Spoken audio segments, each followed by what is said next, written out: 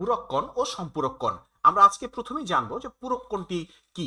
দুটি কোণের সমষ্টি 90 ডিগ্রি হলে একটিকে অপরটির পূরক কোণ বলে।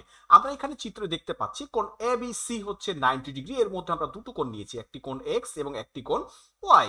এ দুটোর যোগফল কত? এ দুটোর যোগফল হচ্ছে 90 ডিগ্রি, সুতরাং একটি আর একটি পূরক, অর্থাৎ এক্স হচ্ছে ওয়াই এর পূরক, ওয়াই হচ্ছে এক্স এর পূরক। আমরা ছোট্ট একটা উদাহরণ দিই, যদি একটি কোণ 10 ডিগ্রি হয় তার পূরক কোণ কত হবে?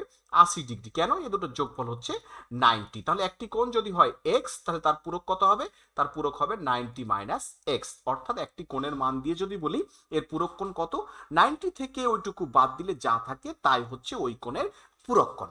একইভাবে দুটো কোণের সমষ্টি যদি 180 ডিগ্রি হয় তাহলে একটিকে অপরটির সম্পূরক কোণ বলে। এই জায়গাতে আমরা একটা সরল রেখা দেখতে পাচ্ছি, সুতরাং এই পুরো কোণটা কিন্তু 180 ডিগ্রি।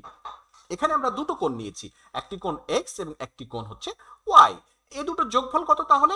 180, 180 ডিগ্রি। তাহলে একটিকে অপরটির সম্পূরক বলবো। এক্স হচ্ছে ওয়াই এর সম্পূরক, ওয়াই হচ্ছে এক্স এর সম্পূরক। আমরা যদি ছোট্ট একটা উদাহরণ দিই, যদি একটি কোণ বলি 70 ডিগ্রি, তাহলে তার সম্পূরক কত হবে? 110 ডিগ্রি। অর্থাৎ এই দুটোর যোগফল কত হবে? 180। তার মানে আমি যদি একটি কোণ এক্স দিয়ে বলি যে তার সম্পূরক কোণ কত, তাহলে 180 মাইনাস এক্স। অর্থাৎ যে কোনো একটা কোণ দিয়ে যদি বলি তার সম্পূরক কত, 180 থেকে ওইটুকু বাদ দিলে যেটুকুই থাকবে সেটুকুই হবে ওই কোণের সম্পূরক কোণ।